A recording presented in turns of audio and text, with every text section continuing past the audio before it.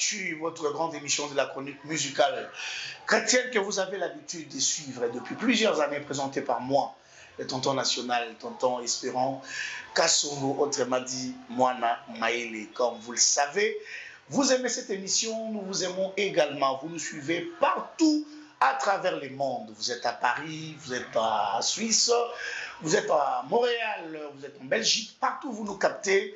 Que Dieu vous bénisse, ceux-là qui nous suivent sur nos chaînes partenaires de l'Europe, BGO Télévision. Je vous aime énormément. Vous êtes à Kinshasa, vous nous suivez dans toutes les chaînes partenaires de cette émission. Que Dieu vous fasse énormément du bien. Vous êtes à Brazzaville, je vous aime énormément.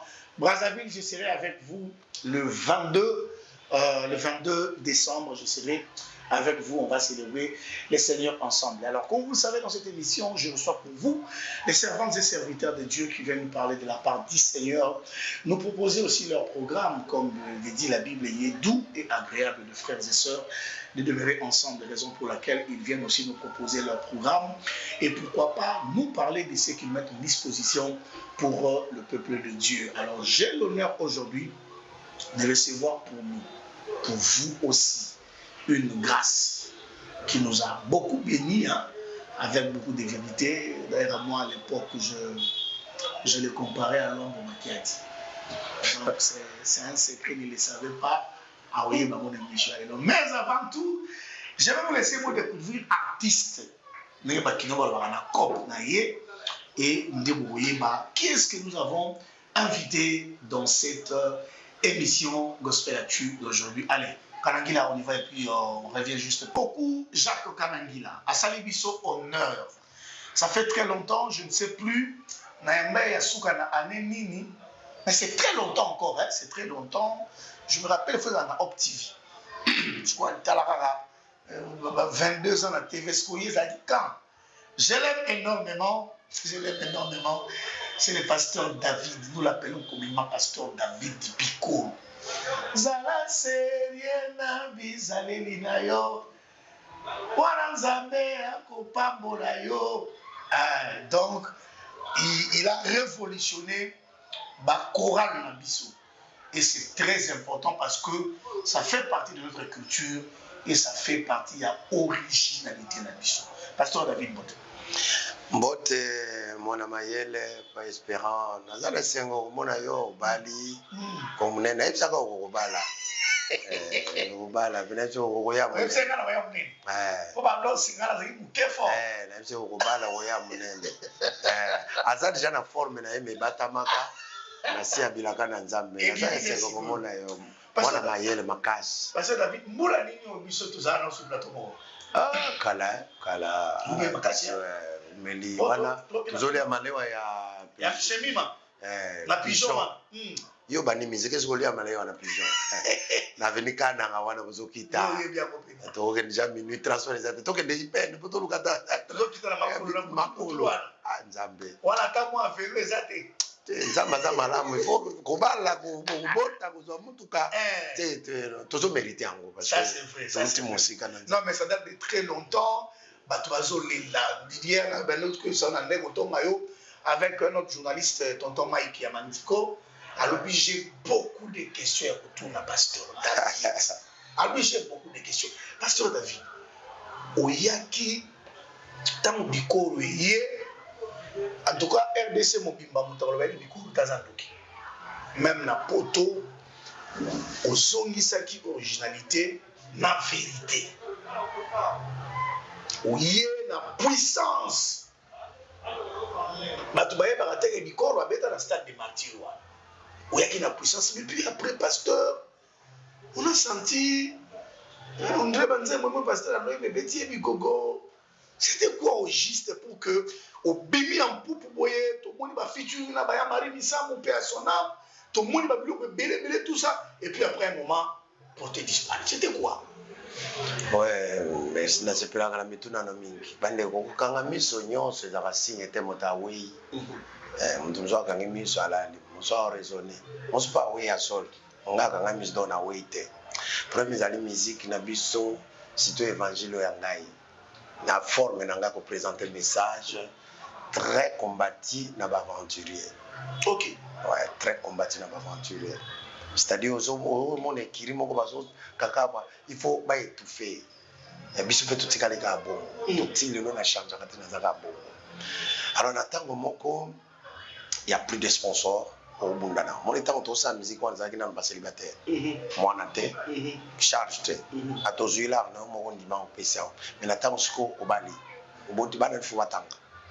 On a un sponsor, on a un Bundana. Bon, comme il y a calculé, on a sacrifié via Bana. Et comme on a calculé, on a posé l'émission. Pour la l'émission, il faut moi, on a une classe. À zongi pas coûter le rolia. Là, on pose l'émission sans problème.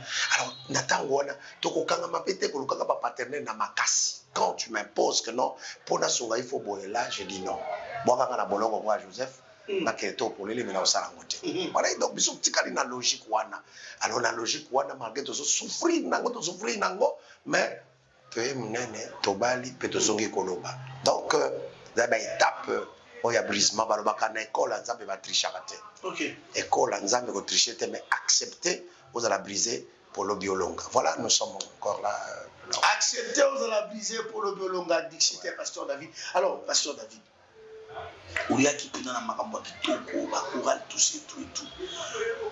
Est-ce que déstabilisation il y a bikoro yaki pété na moi départ à bande mosusu pour balobi à l'époque moi mbongo comme kota moi bien David alobi bon on a des leaders mozela na ngana vimisa moi poche muke bino bokolia sima et ça là qui peut moi bande ko basala pe moi ba départ na bango. Est-ce que ça aussi il y a mo pété des occasions qui moi ko kita ya bikoro Debo, bande ko atande ko mo pe akenda te. Na ba to horo bakana ba. Bakanzi ba otana clip ezande ba ya minene po balia. Ah OK. So ki sana orchestre moko mutasimba ngambongo te eza ipananga. Ngai na simba moko. Ser na sibuza ko témoin parce que ayemba na ngai yebi. Nanga simba ngambongo te na créer commission moko ya finance. OK. Chargé la production aza. Moto a finance aza afuta kana ngai parce que loke bomaka bato za mbongo zaka ngai esonga bata fièvre mais bali yango na fête te c'est-à-dire accepter que mota production a une production soka yebi ko négocier te ayenga moko na négocier na moto wana mais afuti mbongo ta finance asime to sali musala ba pesi rapport ezalaki autant président tosani oui mokili baloba lianda boba ndam o bochana kesa o bokabula biso ba futinga yanga donc esala banga ndenge wati lelo muto akenda azate mais la sepelaka na mboka na biso ezaka na mutu moko kombo balobi ya botama ava biso tokuta ye pe tokotika ye donc balobi ye il faut aloba mpona koyebanisa biso c'est-à-dire aokrelo baproblème mpo oyebana me atikali balobi alors biso tokipa so balobi te bapanzana o baza mais toza prévenez que clip yango na bamona ke toza au grand complet mutakima azate mbongo ife kota po tosala kanzambe te ebande kokota mona so tobali babalaka na bakasa te na mbongo te oya mwa munene boy mwa mbongo to mona na kanango ebande pe komona na yoga te mona na kanango malay mais yango epanza biso te ti lelo tozaya kokoka otalisa ta au grand complet ba mona image au grand complet bayande minene babala nazwana bandoi na choral wana bazana nazana bandoi ata 4 donc babota babala bakoma bien kaka na mosala kana mo rigera zala série wa les autres. Alors avant de poser sur moi mutuna moko uti ko flasher na mwa mais j'allais encore demander pour tous les éclaircissements pour le canal na TV pamba te balobi moi ba pasteur ebele ba chela yo moi kal pour ndire ozaki mutu bambwakela makasi ozobwakelaka bapasteur bambwakela ozobwakelaka bandimi bambwakela ozoloba na bato c'est comme si toi tu étais saint ozaki na problème te alors c'est comme ça on a dit que certains pasteurs ont fermé des portes à David akokokota te parce que banzembo na ye nakokoloba te que ça les reprochait mais ebande malokola ozopointe bato du doigt parce que tu ne parlais pas de personnes qui sont en dehors de l'église, mais tu parlais aux personnes qui sont dans l'église, qui se disent chrétiens. Moi, je suis moi ma provocation par rapport au Benda Osuna Liboulou. Ouais, bon, Ngaza Liboulou, Nazala Likoloka. Premier Zali, Dieu n'est pas un Dieu de désordre, un Dieu de l'ordre. Nakazi va passer d'accord. il ne faut pas que forcer pasteur qui n'est pas naïe pour à côté on a des ordres qui habitent à Kanango. À ta église, jamais mon tandima kazan de qui me la bouta lokaka. Mais ta voté non sera à oboya na motema. Mais na monoko boya alléluia, tina mote para na yo bazoti. Mais mon ça la kiza yango. Donc premier ya ba pasteur, tozana kana problème na ba pasteur te. Na yemba na église oyo église chrétienne. Okay. Ba pasteur va se rendre na solo nga David na kende na yemba ka tozaka vraiment en bon terme. Mais l'église oye soit en coloté, mais pasteur a sali cop na ye pour faire vivre famille na ye. Là David a reconnu parce que makambo ya loni. Moi je chante, je fais l'évangile chanté. Na yemba ga Bible. Ce que dans le but non ça boit que là. Donc Bible est boit que là. Biso parce que nga zo ka écriture. Na zo écriture na tie mélodie. C'est ça banze monanga. Alors tant que on va la boire que ça veut dire nere na ngaite. Bible yo lo kilinga makam. Parce que ce qui Bible yo la quitté ngalo ga zo nga banze moté. Je m'inspire que dans la parole de Dieu. Tant on a mis à la sérieux na bina mutute. Paul la zolo bana mona Timothée tala ba négliger jeunesse na il faut être sérieux. C'est ce que tu fais. Les lombo ka tozo benda ndoki ya Congo eza congolais boko. Toujours kana sérieux tango meli mai na mulango boki na balabala. Fachi mutati ndio. Non c'est-à-dire biso moko. Mbule beti boke ofungoli dar na bino. Esi mon contati ndio. Ça va biloko moko biso moko. Manque ya sérieux ezo sala ke mboke kufa ezo sala ke non mboke église beba. Mutu musoza tie rigueur na église tie ordre nina azana bakisi. Moi ça non, ça rigueur na yena discipline. Ngas ko na adopter discipline wan. Soki na comprendre que non za bisala sala. Je me retire ko beka na koyate.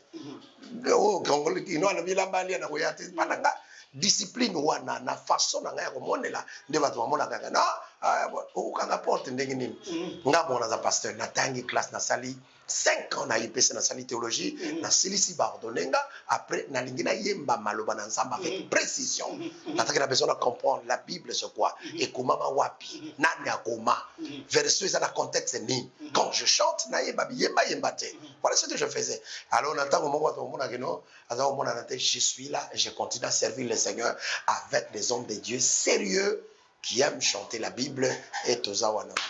Mais est-ce que le peut-être que bien un peu moins conflit? C'est conflité. Zangate. Espérons mon conflit que ça moi soit ça qui qu'on néglige autant ça qui mouké. Mais si autant au pambwa mi obali. Na tango à mon ondiro za osala ba black te ndo yaka pogo sala bomo. Mais atala qu'on a lineta bomo. Tu n'as vu faut pas simbela ka bato bic rouge. Yo za professeur, le professeur c'est Dieu lui-même. Conflit exact problème ezaka que à ta Bible proverbe 8:17 alors j'aime ce qui m'aime. Ce qui me cherche me trouve. C'est-à-dire moto alinginga te na okosani. J'aime ce qui m'aime. Dieu qui a dit ça, le contraire d'aimer, c'est haïr. Alors moto na moni galinga te na osani. Alors on a vani nanga. Donc nga mundo alinginga na pusani. Ope aboinga na vandi parce que ata Yesu ti le roba muso andimela ete longola ki Yesu na ete datika le ganza. Espérance motalingi yote akolongola yo espérante parce que c'est le Seigneur atindo na mokili ayeyoyoza. Donc biloko monsieur ça conforté et les arrêter tout ça très bien na basai na nzambe nyos basai na nzambe na solo en tout cas tout en bon terme. Donc tout le on appelle ça les hommes toi ami pasteur David à moi têtu. Bon en réalité moi dans sa discipline ndeko ebimange pas na ba ventiler têtu. So mutazana mwa discipline na ye ba mona keteti pourquoi mangambo bisala za ba osala ngana osala ngote mona bisala za osala ngote nga ko vanda ta musu esika mona bezona lia menatani na lobi na éthique na nga esiko na kote le matin esiko na kosala boite ba mona ngana za lolendo aya katete to keneka même na bande ko l'église parce que mo azote théologiquement na connaissance elo ba teza bongote apôtre Paul moni azala ki Saul tanga bongo ni motema comme Paul. Ah non, ça n'a rien à voir. Là, on a mente. En réalité, à la sang, à la Paul, ils ont avant et après sa conversion, et toute sa conversion a été. Alors, tant que le bango, ngalo ko la connaisseur na bina bike loka solo beza bongo te on a ko ba mente ba moniteti on comprend de biloko muso eza mais banze muso so mo les obi banza banze manzala eza ko édifier te tozo manga poto so bongo alors biloko na tozo ba vu na YouTube vu asala na ngai siko biloko na betela ngoma bokote ah viana za kafo yani nga ola tete nazo la kisade tomito ça quand même topesa quand même église valeur yeso ngo aso quand même valeur donc ba tozo ba ina Congo batali musique batali banzema non, il y a aussi des hommes sérieux on va sala nzambe na sérieux ngana ninga ozala bongo ninga ozala sérieux na moi éthique nanga na moi marque ligne de conduite nanga voilà. Mais pasteur David tous ça va na mambo sérieux wana tous ala sérieux wana mon témoin en même ceux qui les gens aussi t'ont beaucoup critiqué quand tu as fait le featuring avec Yamari P à son âme.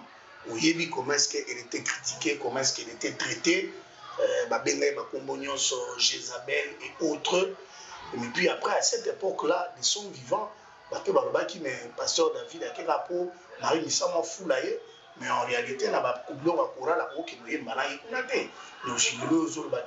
tu travailles avec les serviteurs et servants de Dieu. Oui, Marie Missama, elle est servante de l'Éternel, personnelle. Et valeur wana ti les autres kozwa ka côté bato bazaka mi balete na mokiki mutazaka yemo mwana mwasi wana lingaki nzambe mingi ngana ukanza bato bazo mona ke bango baza ba sérieuse Marie Missama mosumo na yo c'est que Marie Missama azaki servante de l'Éternel azaki boya motute sko valeur azaki na ngo mwana nzambe azaki kosambela azaki bien zoyemba malamu aye pa na ngai d'abord azaki ngana azaki kopesa ba conseil bele. OK. Nzembo ya salanga bikamwa Christian Itashazola nanga ezaki salanga bikamwa te zaki yawe sala bikamwa azaki na bakuba ba passer bele na kati ngana te yaya là tu chantes pour na opesa lokumu na bato changer sur place à discuter te loka zaki gauche azubiki na yemba na monga changer à côté à son ça dit toza ba sœur na bis oyo bazopesa lokumu ya Yesu Kristo ngana kende kotika ye parce que ngai David Yesu non ngai tala ngai na misa primitane.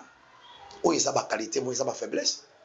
Dieu ne se sert pas, c'est l'homme qui sert Dieu. L'homme, il a esprit comme âme. Ça veut dire qu'on a appelé la qualité, la faiblesse. Comment on a besoin de banga, dans le banane manisam, manisam, ça dit, mon sali nanzambe, tant qu'on a yé coquille accueilli, à ça, il a ginzambe malam.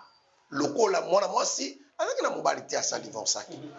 Mais à ça, il conseille nanzambe, est-ce que total, kaka, ma faiblesse d'ailleurs le col femme célibataire mais total ba qualité na été avec ko édifier à la servante de servante moki na biso ko boya ka critique te espérant batonga kizengi te ndeko moko za soki batonga ka ote ba critique ka ote oza kizengi oh jamais oui jamais ko moneseka moko ba bandi ba otonga kizengi te mutasa batonga kizengi te ba ozwani batonga ka moto aza lelo ka moto ya Mosai nanza mozolanda nga oza chantre oza journaliste espérant na ngai banda lelo soko ngomi yo ka oza kana valeur batonga bayo sala nga bato mo babuda ke mission na yo bato mo babuda ka ministère na yo nde oza ka utile pepe na remarquer que tonga mona zo mo munene ya basta mais lokola ngati chaque fois zo tonga na sentir moi o moni ni seri wa tonga ba tonga zo epeza nga ndukana na ye la ngoli so makasi donc la kisi que na taka de loko moko mutu ya o bango bazaka na ngote. Alors, na sa fière nango, Yesu batonga ibaina ye, no wala bonzambe na yete, spera tika la mwana mayele. Continuez ko servir nzambe. Tika batonga na bango, eza société basala ka demande d'emploi te. Et le pauvre batonga ka trop. OK. Batonga moyen batonga te. Ça c'est vrai. Hein? Je vous dis la vérité, même monta moyen na tina te. Yebsa ezana mutu moko te batonga na mboko lokola Fatima, il mange bien. Il vit mieux. L'homme le plus sécurisé. Oui, sécurisé. C'est dans le tonga, ou recueillir, un groupe de partis qui va à tonga. Donc, on souffrir. Tout à fait. Donc, il faut qu'on bime dans le monde. On a baloba qui est comme qui non. Il faut la fixer dans le sala. Vous avez compris pourquoi on appelle la loi. Parce que il nous édifie toujours dans ce qu'il dit.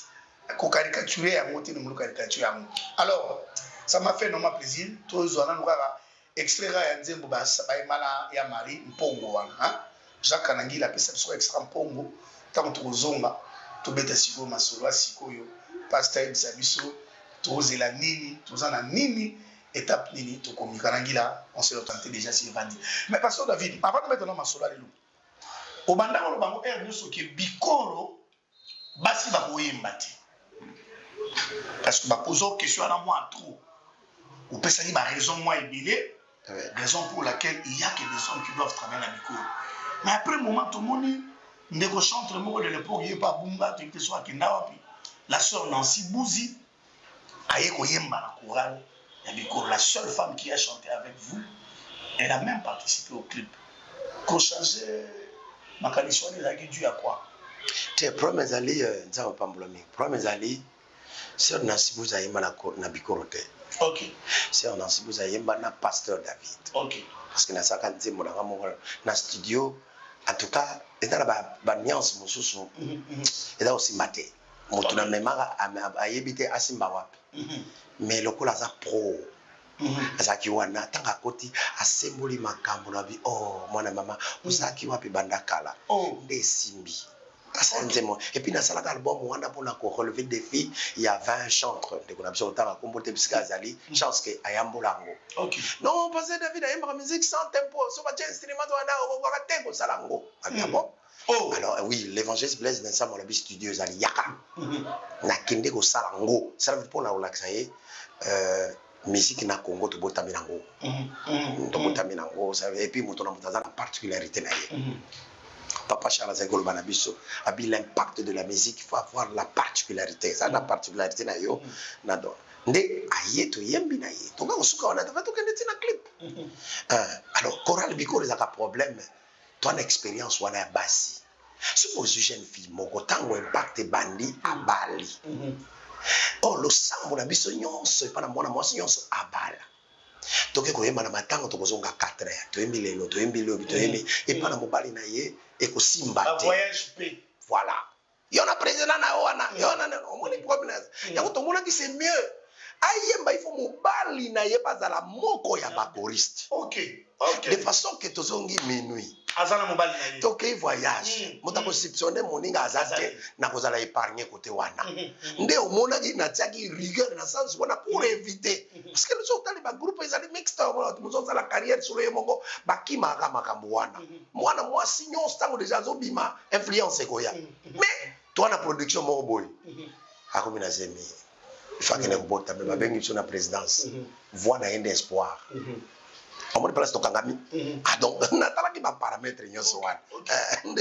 Mais na boy ba sœur te yango moni sœur nyonso to sala featuring to sala pour la gloire de Dieu. Ya tozo sala pona motote, nous le faisons pour la gloire de Dieu. Et ça qui moi rigueur moto na moto azanga ba principe te. Moni soko zanga ba principe za so motote. Principe de yango moi discipline wana parce que disciple à Jésus, disciple à mon discipline. On est disciple à Jésus, parce qu'il a discipline à bon zambe na ye. Il y a un tali Pierre ne vende noir, yo zaki na Yesu. Et là on mon est discipline, ne vende ne lo bela. Oyo, il faut la mon kiliba mon akaki non non. En tout cas, oyo azamo c'est dans ça. Mais ba oyo ba biso te kaka po. Voilà, je suis très heureux de vous recevoir dans cette émission Gospel Actu, botuna qui est mingi, vous avez besoin na ye. Mamso abi boto Pasteur David Akena aux États-Unis. Akena Ovanda a été Azali, il continue à faire l'œuvre de Dieu, il est toujours là avec nous. Alors, Pasteur David, Lelo, Coral Biko le komi wapi, boza wapi, bozo salali, biso ba otolanda na makamno mo mingi, tozomona kana ba réseaux sociaux, tozomona mo ba flash, mo ba biloko, lelo mo kozali yawa. Dites-nous. Oza wapi na ebi kepe o mo epsenga espérant classe ezo kanganga classe ici là awa na minute oyo bikoro toza wapi to mesana ki na bino makasi mais otika biso likola nzete Zamba pambola yo ya omona ke pana moto mayele pona la kaka yo ona ko kisi na la kaka na bina koloba gauche à droite te na koyepa na yo tala bolingo koma passe na mokili mais ba flatteur ba koma ebele Judas tanga yeko pesa Yesu le propre ezaki kalingi ezaki po ko marché na parce que ça zo ki mbongo abantu tanga zimbongo bato po justifier ngo fallait chabango moto mwana na yaminde ezaki sinya ko boma sa zuli konda mais malheureusement ko tangisa makila innocent ata yo mbongo ko ko liango te yo za musala ko tonga ka uluka ka liwa ya bato belé ozula ngo même mbongo bima na société wana parce que ko liango te na yeka ipana moto na mayele tala bikoko classe ici là on a eu album ezali penzi momona sali ya matondo non banza merci OK diplôme d'état mtautang sazate mena yena bundani za masalinga ngolu na sali na domaine ngai la licencié en théologie moi ba formation mosusu mon sali ezokende tale sengo na ngai bana babotami ba relation ekomi okoma monene moi pantalon ko fanda loketo na okanisa na kana sentir te na okanga pantalon na lasi ya ketch surtout sisi koyemba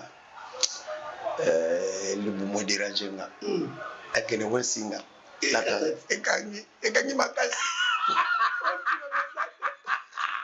tala de muta sambwaga stade tango leo kama moi senti okanga te mo libumu esala nini madame ayeko aider ozomo biloko onzamba osalaka David Bikoro officiel na YouTube. On a pas clip nyos na bro masika. OK. David Bikoro officiel. So ko kotika na YouTube David Bikoro officiel. On a nyos ça la carte et plus nzembo moko ya matondo. OK. Olinga ngo. Nzembo moko ya matondo na oto ko sala ka pour la merci. Ya on a si ba congolais na mboka lokolo ya biso. Décembre, tout le monde tout le monde merci. Parce que ce qui nous embête, ça ne va pas. Ça c'est vrai. Bah, coup d'état va tenter, mais il est qui? Mais tous allés. Bah, nous quand ils aussi battent. Parce que nous sommes je pense que David Bikoro a zongi en forme. C'est mon tabletti David Bikoro officiel. À mon clip et puis maton nous allons cater en haut de Nayaki Koloba. Donc tous allés vivre. Tout le miss. Mais tout le monde quitter. Mais Nathalie est le mot c'est ceux qui piment l'église ceux qui le mot beaucoup musika na nzambe au poti sous bato kuna tezanga ite bible oza kolobi oza piment l'église même musika nzambe au poti sous bato kuna pasteur Matthieu 15 verset 8 albi ce peuple m'honore en vain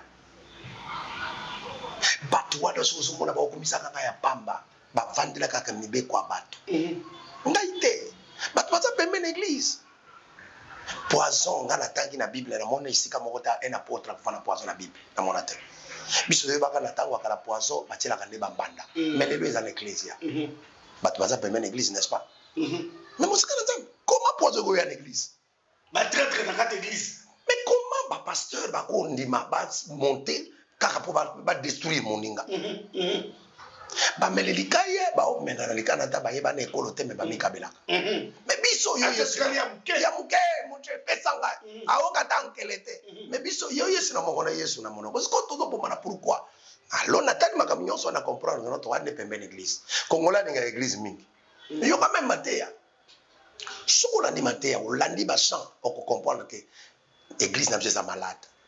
Ça c'est vrai. Landa ba prédication, landa ba enseignement, landa ba chant, on peut comprendre que l'église est malade. Banane ba ko traiter ngo, oui, Seigneur a consisté kaka ba pour topé sa message tout le monde a ba futilité. Uniforme yesa tika que ça te ba mon Christ dans limwinda. On se bolati pembe noir. Alors bah aimez-vous les uns les autres. Parce que croire à Jésus ils ont été mis balé. 10 commandements, c'est là que 5 l'homme pour Dieu, 5 pour l'homme pour son prochain. Yesoye abimisango loi moko amour. Linanza mela yo pelinga mozani na yo. Sona lingyo na otonga ote. Mais les lois comme iloko dans l'église. Ya unga na yego ça bande ko tera. Malamu kutu. Toza musika na église mais pembe na nzambe. Parce que ozo que l'église mozo changer té. Ça c'est vrai. Ozo to sera baba. Pasteur azote ya mundi maza na Facebook. Asa live. Pasteur azote ya mundi maza wa zo sala ka ba film prono. Atibe écouter na mato musique yoka ka eza musique ozo. Mais à l'église. Na l'église. Pense ya sala ka utia mega ya 1 mois. Apesa offrande ya combien? Siko biloko wana siko to tika ngondo omona ngo église. Ah, lui qui les a enseignement moko fort hein. Atia ga mega ya 1 mois. Mais pourquoi on va tempêter on peut ça va formation makasi boité comme les gens comprennent pas. Nana maboko na mota maele. Hein? Koza pembe na yo eza nzela ya komata. Comme lui on c'est très fort hein. Oui, il y a on a mutu na ngomba pasteur. Ça peut ensemble là on filme. Na ko mona ko même na tendance. Alléluia. Yesu azamalamu tozo adorer bébé na yo tozo adorer yo devant président de la République. Aussi le téléphone ou la vidéo. Pardon, on mona que bato baza pembe l'église même aussi kananza. Maintenant, papa Patrice, j'ai cherché le monde, je l'ai trouvé dans l'église. Par exemple. Et l'église, je l'ai trouvé dans le monde. Ils ont massacré le baka, benga epe luambu ko benga. Oui. Donc biso on dimina bitoza ba luambu le sansere ka ke bandeko malamu naza na musika église pembe na yawo. Et vous amala. Papa y a vraie prédication pour ça bato ba église za comportement. Comportement était à ka verset bi on Matthieu 7:7, on Matthieu comportement. Le comportement. Et ça va verser dans la Bible les aranangos spiritualité. Matthieu 7:7. On lit mon nez dans la carte Babi. C'est là où on peut ça. Luko besoin. Mais t'as pas compris. Ça n'a rien de spirituel. Même les païens le font. panga na yebi que non il faut la luka il faut la senga aga luka so ba senga ba pesa ya va na quartier quand vous mo embouteillage mais ba petit mo na quartier na zo ya oh pasta pasta baleki na yo pasta oteki biso to tika ko iba baleki no baza pasta to ne loko kolia me badi mo bulu wa ngana ba funguli ngana leki sa pasta nata ko obligé na $10 ba sengi ko tudisi na bisi kaka ça veut dire ba yibite so ba sengi ba sali li verset biblique ba sali Matthieu 7 et la Bible ouais elle est spirituelle il y a rien attends on va ah là là balève pas ko ba la souka donc pour l'instant album est sur YouTube David Biko officiel et puis après tu as la promotion de Matondo. Oui, Matondo. Mikotolo bela Matondo. Ya. Oebi. Okomona nzambe ko kitate. Na moni nzambe à travers espérant. Pour être na koma la banda ko na bini. Ouais, je pouvais prier à la maison. Dans une caméra wapi. Na mituna comment concevoir une émission non. Il faut na mona yo. Dieu a créé l'homme à son image. Présence na yo, na idée na yo. Et ça dit que to koma na banda ko bato pe bato bazala bini. Il faut accepter. Il faut accepter. Ben, escalier soit na kate. Pour matin, il faut que tu aies 0. Pour qui taper, il faut qu'on a 10 pour qu'on a 1. Donc, il faut accepter. Alors, on gagne dans le limite de Matondo. Matondo. Toujours ça, merci. Bola mo leke belé. Bola mo belé. Otali na molière monde bandinga mususu bazo kufa bakati lokolo na moto. Mais yo mataba moto. Mula mobimba. Ba risque. Ouais, nzambe nanga. Ouais, penda ouais, nzambe nanga. Mais ba mosusu pena pas moto e panzani. Yo futa nzambe nini. Ne fils que ça. Tout le banza mais ça ta kapona moto. Moto kaka po moto esisi bato awo. Moto kaka na mayambula. Et côté bato nanda ko mwana lali.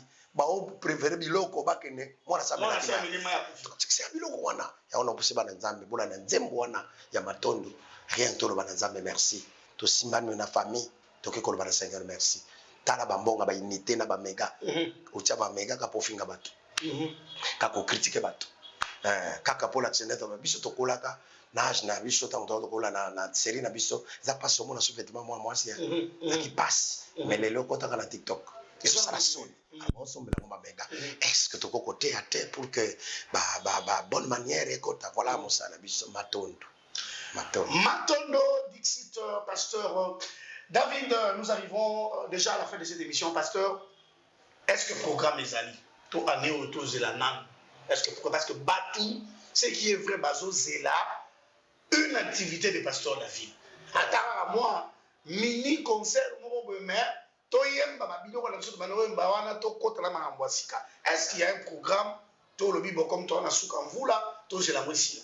Tena mvula onenga kana sala nzembo wana bandeko sunga biso abonner partager pour que bandeko ekomela bato c'est une façon ya pour évangéliser ce qu'on ozui au partager ngo bandeko mosusu évangéliser kozala malamu na concert mo kaka ne wana na Pâques après-midi quand journée à Pâques wana après-midi na sala ngo libanda et obunga te parce que tala ko mona mayele balobete nzungu so abombeli moto secret biloko za na kati aosekisa c'est ça donc fona ya na ngwepa na yo yo ibindingi na te vie to cha na degré 1 puis ça va monter wana to bokisa mo les artistes ya na mituto donc année wana donc vula lokolo esili toza ko encourager bande nyonso mo sala musala ya deningo ndo tiko sala nzamba pambola ye bande mosu bazo sala nzamba pambola bino vraiment toza encourager to cha na losap mais pona ngai Matondo année wana na lisungia nzambe mwana mayele ana agenda moko pa surprise ko za nzamba wana mutu wana na mo sala tya mo mutu mobimba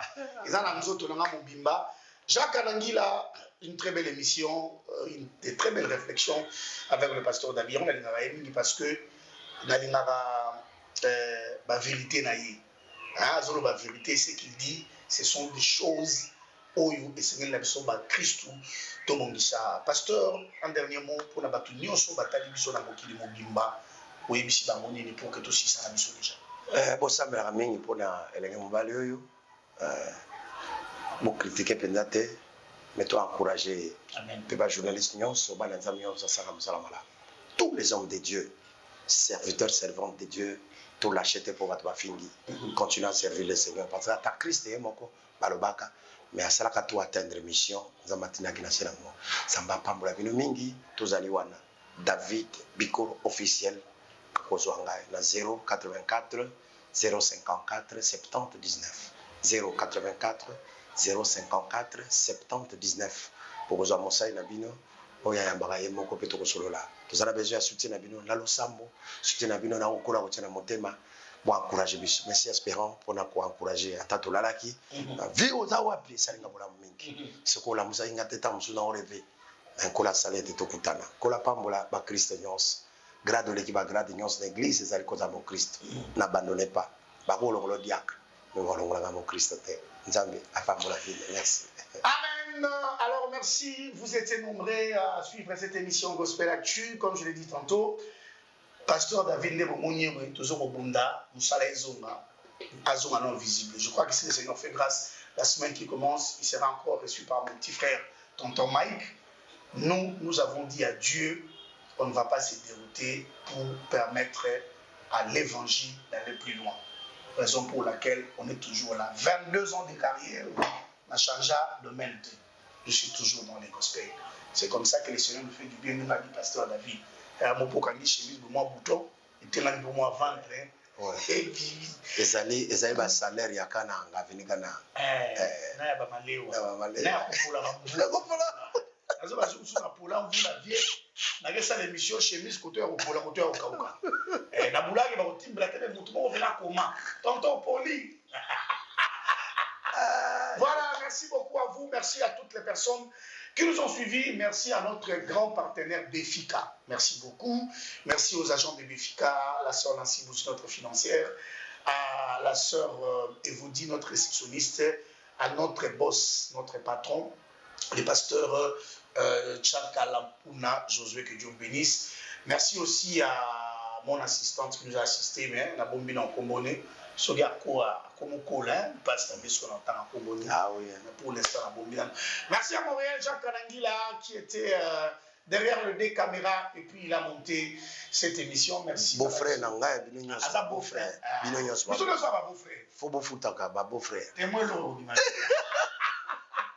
Merci à ma chaîne partenaire place émission à Bissou Liraka. Merci à YouTube, à TikTok, à Instagram, à Facebook, parce que je sens vraiment que vous avez sa nos forces. Pour aujourd'hui, nous avons fini. Moi et le pasteur David, nous vous disons déjà bye bye.